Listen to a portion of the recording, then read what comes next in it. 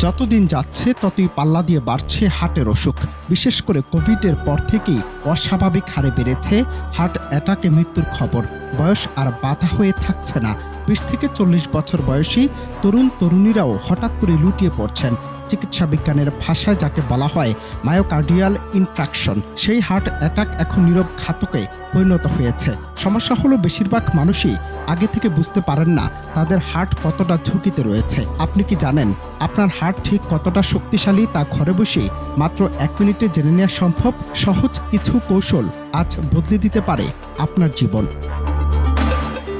হার্টের অবস্থা জানতে ইসিজি, ইকোকার্ডিওগ্রামের মতো পরীক্ষা জরুরি। এ কথা চিকিৎসকরা বলছেন বারবার। তবে আশার কথা হলো হার্ভার্ড ইউনিভার্সিটির গবেষকরা এমন দুটি সহজ পরীক্ষা জানিয়েছেন যা বাড়িতে ৪০ থেকে ৬০ সেকেন্ডে করা সম্ভব।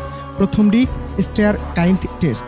ইউরোপীয় সোসাইটি অফ কার্ডিওলজিও এই পরীক্ষাকে স্বীকৃতি দিয়েছে। ৬০টি সিঁড়ি অর্থাৎ ৪ তলা ৪০ সেকেন্ডের মধ্যে ভাঙতে পারলে বুঝতে হবে হার্ট মোটামুটি সুস্থ আছে। তবে শুধু সময় নয়, পরীক্ষার পর শরীরের প্রতিক্রিয়াও গুরুত্বপূর্ণ। সিঁড়ি ভাঙার পর অল্প হাঁপানো স্বাভাবিক, কিন্তু যদি বুক ধড়ফড় করে, শ্বাস নিতে কষ্ট হয় বা বুকে ভারী চাপ অনুভব করেন, তাহলে সেটি হতে পারে হার্টের সতর্ক সংকেত।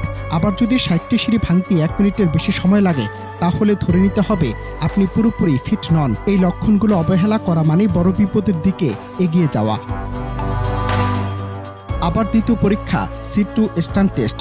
হাত বুকের উপর রেখে কোনো সাহায্য ছাড়া ৪০ সেকেন্ড বারবার ওঠা বসা। একজন সুস্থ মানুষের অন্তত ১৫ বার এটি করার কথা। কিন্তু যদি অল্পতেই হাঁপিয়ে যান, বুক ধড়ফড় করে বা শ্বাসকষ্ট শুরু হয়, তাহলে সেটি হার্টের দুর্বলতার প্রাথমিক ইঙ্গিত হতে পারে। বাস্তবতা হলো আজ হাসপাতালে ভর্তি হওয়া হার্ট রোগীদের বড় একটি অংশই কম বয়সী। তাই সময় থাকতে সাবধান হন।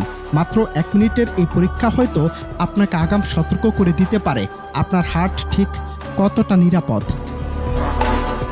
অনন্ত হাসান মাসুদ, বাংলা টিভি।